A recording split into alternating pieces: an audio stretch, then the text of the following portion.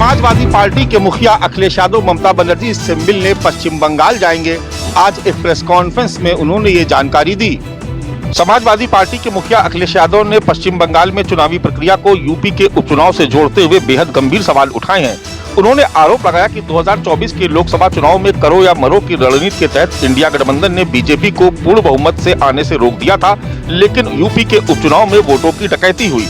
उन्होंने कहा कि 2022 से ही कुछ वर्गों के वोट काटे जाने की शिकायत उठाई जाती रही है, लेकिन चुनाव आयोग कुंभकर्ण की नींद सोता रहा। अखिलेश यादव ने चुनाव आयोग की भूमिका पर भी सवाल खड़े करते हुए सुप्रीम कोर्ट से हस्तक्षेप की मांग की है और पश्चिम बंगाल में मतगणना के सीसीटीवी फुटेज सार्वजनिक करने की भी मांग उठाई है। उन्होंने आरोप लगाया कि एग्जिट पोल के जरिए जनता के बीच पहले से ही माहौल बनाया जाता है, जिससे असल मतगणना पर सवाल न खड़े हों। साथ ही उन्होंने दावा किया कि पीडीए अब यूपी का नहीं बल्कि देशव्यापी हो गया है। अखिलेश यादव ने 2027 में इंडिया गठबंधन की यूपी में ऐतिहासिक जीत का भी दावा किया है। यूपी उपचुनाव में वोट चोरी के आंकड़े जारी करते हुए अखिलेश यादव ने आरोप लगाया कि इसी फार्मूले के सहारे पश्चिम बंगाल में ममता बनर्जी को चुनाव हरवाया गया है। कैमरा पर्सन धर्मेंद्र कुमार साहू के साथ मानस श्रीवास्तव, लखनऊ न्यूज़ 24। 5 राज्यों के चुनावों के नतीजों के बाद कांग्रेस पार्टी मंथन कर रही है कि आखिर इस मसले में क्यों उनकी हार हुई और इस बात को लेकर लगातार उनकी मीटिंग चल रही है। वहीं आज नेता प्रतिपक्ष लोकसभा में नेता प्रतिपक्ष राहुल गांधी ने एक्स हैंडल पर लिखा कि वोट चोरी से कभी सीटें चुराई जाती हैं, कभी पूरी सरकार। लोकसभा के 240 बीजेपी सांसदों में से मोटे तौर पर हर छठा सांसद वोट चोरी से जीता है। पहचानना मुश्किल नहीं, क्या उन्हें बीजेपी की भाषा में घुसपैठिए कहें। और हरियाणा और वहाँ तो पूरी सरकार ही घुसपैठी होगी है। जो संस्थाएं अपनी जेब में रखते हैं, जो मतदाता सूचियां चुनावी प्रक्रिया को तोड़ मरोड़ देते हैं, वो खुद रिमोट कंट्रोल्ड हैं। उन्हें असली डर सच्चाई का है, क्योंकि निष्पक्ष चुनाव हो जाएं तो क्या आज ये 140 के पास भी जा सकते थे, जीत सकते थे। यानी कि वो लगातार इस मामले को लेकर कांग्रेस पार्टी बीजेपी पर हमलावर है कि वो लगातार जितने भी चुनाव पीछे जीतते आ रही है उसमें कहीं ना कहीं हेराफेरी हो रही है, वोट चोरी हो रही है। इस तरीके के आरोप कांग्रेस पार्टी लगातार लगा रही है। कैमरामैन प्रहलाद सिंह के साथ विनय सिंह, न्यूज़ 24 दिल्ली। पश्चिम बंगाल में 2026 में बीजेपी पार्टी की प्रचंड जीत के बाद हिंसा की गतिविधियां शुरू हो चुकी है और उत्तर प्रदेश में जिस तरह से बुलडोजर स्टाइल है में योगी वहां पे तोड़ते हैं, उसी स्टाइल से देखें कि कोलकाता का न्यू मार्केट एसएस हक मार्केट है, वहां पे जो टीएमसी पार्टी ऑफिस था उसे किस तरह से क्षतिग्रस्त किया गया। टीएमसी की तरफ से आरोप है कि यहाँ पे बीजेपी का झंडा लगा हुआ बुलडोजर आता है और बाकायदा इन ऑफिस को पूरी तरह से देखे कि जो भी यहाँ पे सामानें थी, दीवालों को पूरी तरह से क्षतिग्रस्त कर दिया गया। जो भी अंदर में सामान थे, शीशे के ग्लास थे, पूरी तरह से तोड़ा गया।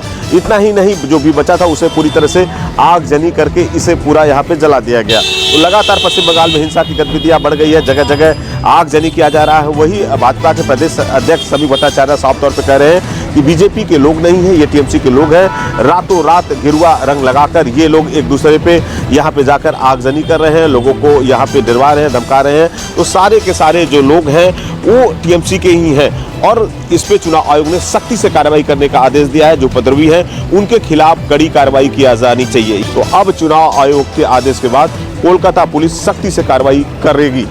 कैमरामैन के साथ मनोज पांडे, न्यूज़ 24 कोलकाता।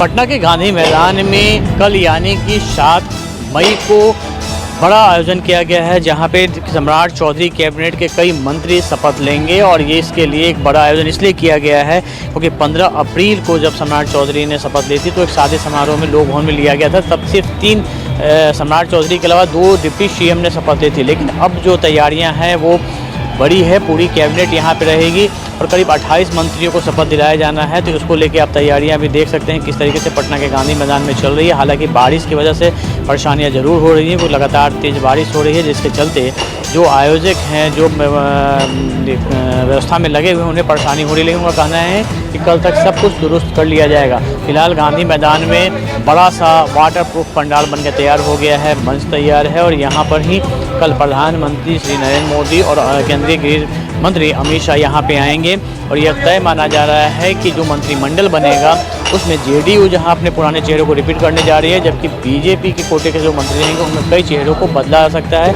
कई नए चेहरों को भी मौका दिया जा सकता है। फिलहाल सबकी निगाहें कल लगी हुई हैं निशांत कुमार पर भी। क्या निशांत कुमार इस बार जो कैबिनेट है उसमें वो मंत्री पद की शपथ लेंगे या फिर नहीं लेंगे। कैमरामैन सनी के साथ अमिताभ ओझा, न्यूज़ 24। पश्चिम बंगाल में बीजेपी की प्रचंड जीत के बाद अब उत्तर प्रदेश में मंत्रिमंडल विस्तार की संभावनाएं और तेज हो गई हैं। बीजेपी सूत्रों से मिली जानकारी के मुताबिक संभावना है कि 10 मई तक मंत्रिमंडल विस्तार हो जाएगा और 15 मई तक संगठन के नए पदाधिकारियों की सूची भी जारी हो जाएगी। जानकारी के मुताबिक मंत्रिमंडल विस्तार में ज्यादा उम्र के मंत्रियों के स्थान पर नए और युवा चेहरों को मौका दिया जा सकता है। माना जा रहा है कि पश्चिम बंगाल में सरकार के गठन के बाद यूपी में विस्तार और संगठन के अधूरे काम को पूरा किया जाएगा। कहा यह भी जा रहा है कि विस्तार के लिए कई नामों पर गंभीरता से चर्चा की जा रही है। खासतौर पर मंत्रिमंडल विस्तार में दलित ओबीसी समाज की महिलाओं को मौका मिल सकता है। साथ ही साथ सहयोगी दलों को भी इसमें शामिल किया जाएगा। पार्टी सूत्रों का यह भी दावा है कि मंत्रिमंडल विस्तार में जातिगत समीकरणों को साधने के लिए ओबीसी और दलित समाज को ज्यादा तवज्जो दी जा सकती है। कैमरा पर्सन धर्मेंद्र साहू के साथ अशोक तिवारी, लखनऊ, न्यूज़ 24। देश की सबसे अमीर महानगर पालिका यानी कि मुंबई महानगर पालिका में एक महाघोटाला सामने आया है, जिसके तहत करीब 87,000 फर्जी जन्म पत्रिका को जारी किया गया।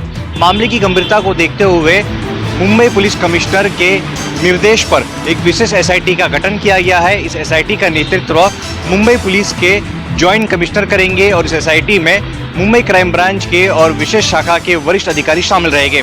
एसआईटी इस बात की जांच करेगी कि कैसे बीएमसी के भीतर एक समांतर प्रणाली चलाकर इन फर्जी प्रमाण पत्रों को अवैध रूप से जारी किया गया। बीजेपी नेता किरीट सोमैया ने इस घोटाले को उजागर किया है। आरोप है कि बीएमसी अधिकारियों और एजेंटों की मिलीभगत से 1 जनवरी 2024 से 31 मार्च 2026 के बीच पुराने सिस्टम का दुरुपयोग कर हजारों फर्जी प्रमाण पत्र बनाए गए। बीएमसी के 26 वार्डों में कुल करीब 87,000 अवैध जन्म प्रमाण पत्र जारी किए जाने की जानकारी सामने आई है। इन सभी प्रमाण पत्रों को पोर्टल से हटाने की आदेश दे दिए गए हैं। इस घोटाले में बांग्लादेशी घुसपैठियों की संलिप्तता की आशंका भी जताई गई है। महाघोटाले की पुष्टि होने के बाद बीएमसी ने स्वास्थ्य विभाग के 6 अधिकारियों को निलंबित कर दिया है और कई सारे अधिकारियों के तबादले कर दिए हैं।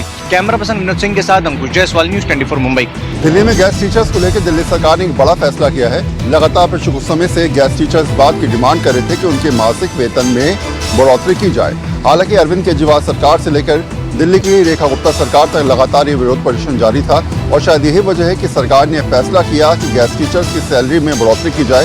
ये सैलरी लगभग दुगनी हो गई है और ऐसे में 1,000 से ज़्यादा जो गैस टीचर्स हैं उनके मासिक वेतन में बढ़ोतरी के साथ साथ एक खुशखबरी के तौर पे उनके लिए कहा जा सकता है। ये आंदोलन पिछले कई सालों से चल रहा था और लगातार अरविंद केजरीवाल से लेकर रेखा गुप्ता सरकार को इसकी वजह से कई बार सुनना भी पड़ा था। ऐसे में सरकार की तरफ से ये फैसला निश्चित तौर पर गैस टीचर्स के फायदेमंद तो रहेगा, साथ साथ सरकार के किए गए वादे पर भी एक तरीके से कहा जाए तो मोहर लगाता हुआ नजर आएगा। कैमरा पर्सन प्रहलाद सिंह के साथ वरुण सिन्हा, न्यूज़ 24। तमिलनाडु में नई सरकार बनाने की कवायद तेज हो गई है। इसी कड़ी में आज टीवी के नेता विजय ने लोक भवन जाकर राज्यपाल से मुलाकात की। राज्यपाल केरल गए हुए थे और आज दोपहर को ही वापस लौटे। जैसे ही राज्यपाल आए, उनके आने के चंद मिनटों बाद विजय ने उनसे अपॉइंटमेंट मांगा और वहां पर जाकर उन्होंने 108 विधायकों के समर्थन वाला पत्र दिया और सरकार बनाने के राज्यपाल से अनुमति देने की मांग की। हालांकि तमिलनाडु में सरकार बनाने के लिए 118 विधायकों का समर्थन जरूरी है और टीवीके के पास इस वक्त केवल 108 विधायक ही हैं। हालांकि कांग्रेस ने भी टीवीके को अपना समर्थन देने का ऐलान कर दिया है। कांग्रेस के 5 विधायक हैं और कांग्रेस की ओर से साफ कर दिया गया है कि वे सरकार में भागीदार भी बनेंगे, यानी कि वे भी टीवीके सरकार का हिस्सा रहेंगे, केवल बाहर से समर्थन नहीं होगा। वहीं छोटी पार्टियों ने भी कहा है कि 1-2 दिन के भीतर वे भी विजय के पत्र के आधार पर उन्हें समर्थन देना है या नहीं देना है, इस पर अपना फैसला ले लेंगे। फिलहाल तो यही देखना होगा कि क्या राज्यपाल विजय को सरकार बनाने के लिए आमंत्रित करते हैं तो क्या उन्हें बहुमत साबित करने के लिए कितने दिन का वक्त सरकार राज्यपाल की ओर से दिया जाएगा और विजय के साथ शपथ ग्रहण में कौन कौन से मंत्री भी शामिल होंगे। श्रीवत्सन, न्यूज़ 24। पंजाब में 2 धमाके होते हैं, एक जलंधर में बीएसएफ चौक और दूसरा अमृतसर के खासा में। दोनों ही बीएसएफ की कंटोनमेंट के साथ लगता हुआ जो एरिया है, चाहे वो आर्मी है या फिर बीएसएफ है, दोनों धमाकों में थोड़ी दूरी पर ही जो कंटोनमेंट्स भी हैं। आज पंजाब के मुख्यमंत्री भगवंत मान ने जैसे ही इन धमाकों के पीछे भारतीय जनता पार्टी का हाथ होने की बात कही तो जो राजनीति थी वो और ज्यादा गरमाने लगी। पलटवार करते हुए केंद्रीय राज्य मंत्री रवनीत सिंह बिट्टू ने जहां तक कह दिया कि यदि इन धमाकों के पीछे भारतीय जनता पार्टी का हाथ है तो उनके और भारतीय जनता पार्टी के ऊपर एफआईआर दर्ज कर ली जाए। पंजाब कांग्रेस के अध्यक्ष अमरिंदर सिंह राजा बड़िंग और सांसद सुखजिंदर सिंह रंधावा ने भी राज्य सरकार और केंद्र सरकार के ऊपर पलटवार भी किया कि किस तरह से इस समय पंजाब में कानून व्यवस्था है। श्रोमणी अकाली दल के नेता बिक्रम सिंह मजीठिया और श्रोमणी अकाली दल के अध्यक्ष सुखबीर सिंह बादल ने भी इस घटना की निंदा करते हुए कहा है कि जिस तरह से इस समय हालात बनते जा रहे हैं तो कहीं ना कहीं जो कानून व्यवस्था है वो पूरी तरह से चरमरा चुकी है। कैमरामैन गंभीर सिंह राणा के साथ विशाल इंग्लिश न्यूज़ 24 चंडीगढ़। भारतीय वायुसेना लगातार अपने बेड़े में इजाफा कर रही है और लगातार आत्मनिर्भर भारत से बने सामानों का इस्तेमाल कर रही है। ये आपको बता दें कि भारत की वायुसेना अपने फाइटर स्क्वाड्रन को मजबूत करने के लिए फाइटर प्लेन की खरीद पर लगातार जोर दे रही है। साथ ही आत्मनिर्भर भारत के तहत टेक्निकल इंडिपेंडेंस पर विशेष तौर पर काम कर रही है। बता दें कि इंडियन एयरफोर्स में डिसॉल्ट राफेल फाइटर जेट के लिए स्वदेशी flight data recorder analysis software बनाने जा रही है। अभी एयरफोर्स के बेड़े में 36 राफेल और 134 शामिल होने वाले हैं और जो लाइन में लगे हुए हैं। इंडियन एयरफोर्स से जुड़े सूत्रों ने बताया कि भविष्य के युद्ध को देखते हुए राफेल को 100% स्वदेशी तकनीक से लैस कर दिया जाएगा, यानी बिल्कुल ही आसान मॉडर्न तकनीक से सॉफ्टवेयर बनाया जाएगा जो कि राफेल के जो सामानों में जो इस्तेमाल किया जाता है उससे स्वदेशी तरीके से बनाया जा सके। इसके लिए प्राइवेट कंपनियों को भी बुलाया गया है। पवन मिश्रा, न्यूज़ 24 दिल्ली। एमआरटी यानी माउंटेनियरिंग रेस्क्यू टीम। एमआरटी के जवान सुरक्षा कवच है अमरनाथ यात्रियों का। 3 जुलाई से अमरनाथ यात्रा शुरू हो रही है और यात्रियों का सुरक्षा कवच कैसे एमआरटी बनती है ये हम आपको बताएंगे, लेकिन उससे पहले हम आपको बता रहे हैं कि एमआरटी की ओर से एनडीआरएफ के जवानों को, ऑफिसर्स को विशेष ट्रेनिंग जम्मू कश्मीर के सांबा जिले में दी जा रही है। इसका मकसद यह है कि अमरनाथ यात्रियों का सुरक्षा कवच बनना है। जब भी जवान किसी भी ऑपरेशन में जाते हैं तो अपने साथ क्या कुछ साजो सामान कैरी करते हैं वो तस्वीरों में आप देख सकते हैं। ये तमाम वो इक्विपमेंट है, वो साजो सामान है जिसका इस्तेमाल जो है एमआरटी के जवान करते हैं। कई ऑपरेशन में एमआरटी के जवानों की अहम भूमिका रही है और आप देखिए कि यहाँ पर आपको विशेष इक्विपमेंट दिख रहे हैं जिनका इस्तेमाल जो है एमआरटी कर रही है और आगे भी जरूरत पड़ने पर करेगी। ये देखिए यहाँ पर जो एनडीआरएफ के जवान हैं उनको ब्रीफ किया जा रहा है एमआरटी की ओर से। ये आप देखिए यहाँ पर इन जवानों को बताया जा रहा है कि आपको किसी भी रेस्क्यू ऑपरेशन के दौरान कौन से इक्विपमेंट का इस्तेमाल करना है, सबसे पहले कौन सा जो साजो सामान आपने कैरी करना है और अपनी सुरक्षा का भी विशेष ध्यान रखना है। और आप देखिए यहाँ पर इन्हें ब्रीफ किया जा रहा है कि कैसे जो है आपने किसी भी ऑपरेशन को अंजाम देने से पहले किन विशेष बातों का खास ध्यान रखना है। कैमरामैन करण के साथ पंकज शर्मा, न्यूज़ 24 सांबा। पुणे के भोर तालुका में एक 4 वर्षीय बच्ची के साथ दुष्कर्म और हत्या का मामला अभी ठंडा भी नहीं हुआ था कि पुणे में ही एक 70 वर्षीय युवक द्वारा अपनी ही नाबालिग पोती के साथ दुष्कर्म की कोशिश का मामला तूल पकड़ने लगा है। इस मामले में लोगों ने ही आरोपी को पकड़ा और पुलिस के हवाले कर दिया। इतना ही नहीं, लोगों का गुस्सा संभल नहीं रहा है। लोगों ने पुलिस स्टेशन का घेराव किया। पूरी रात पुलिस स्टेशन के बाहर लोग जमा रहे। लोगों का गुस्सा इसलिए है क्योंकि पुणे के आसपास रेप की घटनाएं बढ़ रही हैं। अगर पहले मामले की बात करें तो उस मामले में भी एक 65 साल के बुजुर्ग ने 4 वर्षीय नाबालिग के साथ दुष्कर्म किया था और उसकी हत्या कर दी थी, जिसके बाद पुणे के भोर तालुका में पुलिस स्टेशन के बाहर बड़ी संख्या में लोग जमा हो गए थे। लोगों की मांग है कि ऐसे मामलों में सख्त कार्रवाई की जाए, सख्त सजा दी जाए। हालांकि उस मामले में एसआईटी का गठन हुआ है और सरकार ने भरोसा दिलाया है कि ऐसे मामले में फास्ट ट्रैक कोर्ट में केसेस चलाए जाएंगे। इतना ही नहीं, सरकार ने ये भी भरोसा दिलाया है कि यौन उत्पीड़न के मामले में अब जो आरोपी होंगे उनको पेरोल नहीं मिलेगी। कैमरामैन अंचल के साथ इंद्रजीत सिंह, न्यूज़ 24 मुंबई। यूपी के मुरादाबाद में तेंदुओं के शावक मिलने से इलाके में हड़कंप। मुरादाबाद जिले के तुरखेड़ा में तेंदुओं के शावक मिलने से इलाके में दहशत का माहौल है। तेंदुए के 3 नवजात शावकों को खेत में काम कर रहे मजदूरों ने देखा। खेतों में गन्ने की कटाई चल रही थी। शावकों की उम्र 3 से 4 दिन बताई जा रही है। शावकों को देख खेत मालिक ने तत्काल वन विभाग को सूचना दी।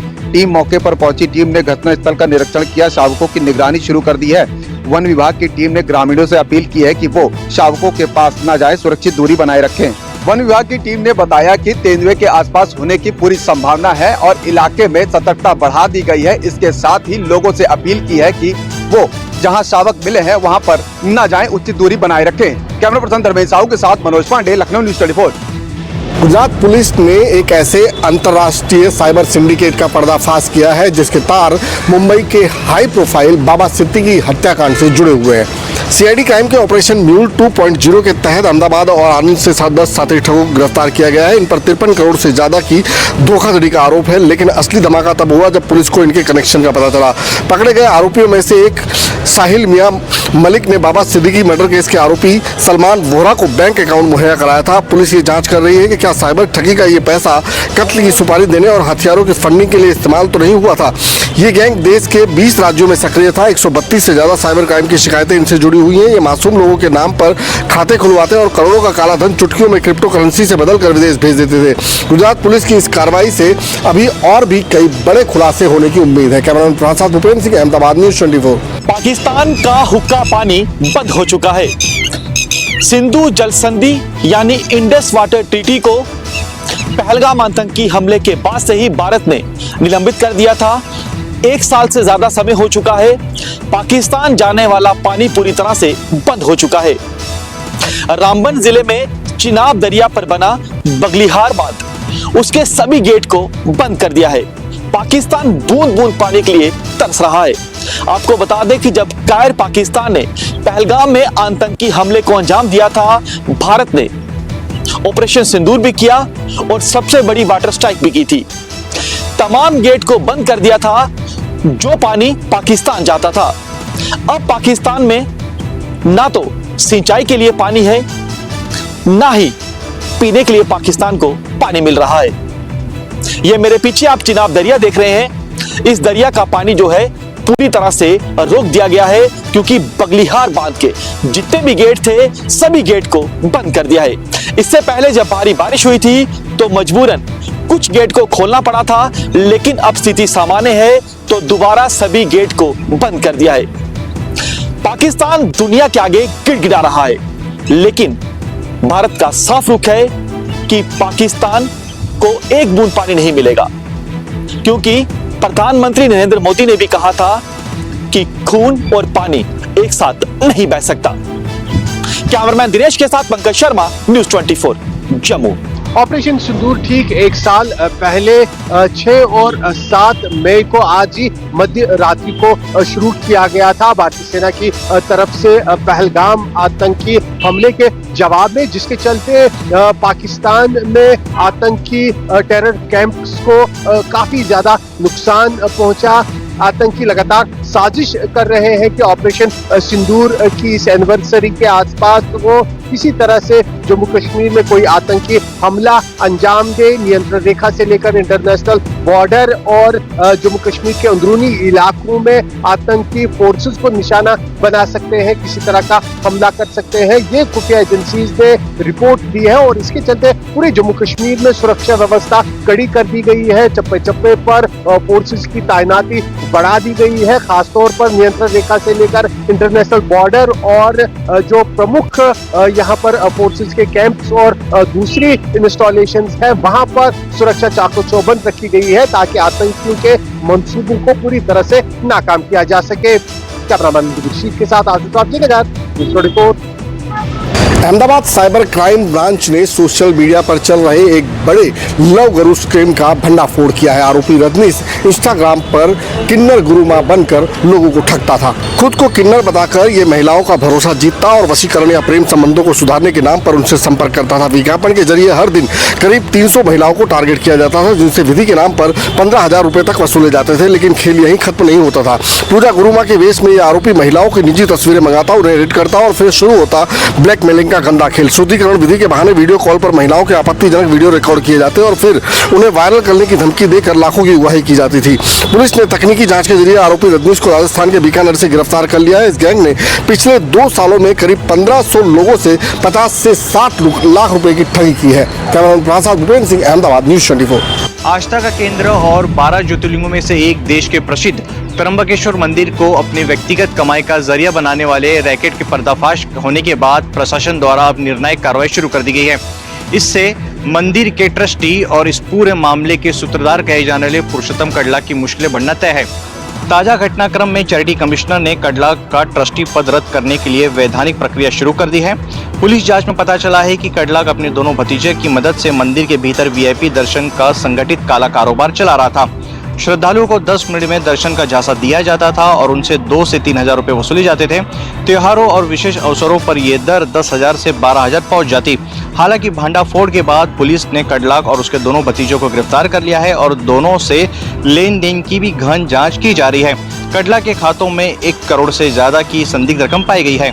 जांच एजेंसी को संदेह है कि इसमें 50 लाख से ज्यादा रुपए श्रद्धालुओं से की गई अवैध वसूली का हिस्सा है। फिलहाल जांच एजेंसियां मनी ट्रेल की बारीकी से जांच कर रही है ताकि भ्रष्टाचार की जड़ों का पता लगाया जा सके। कैमरा पर्सन विनोद सिंह के साथ अंकुश जायसवाल, न्यूज़ 24 मुंबई।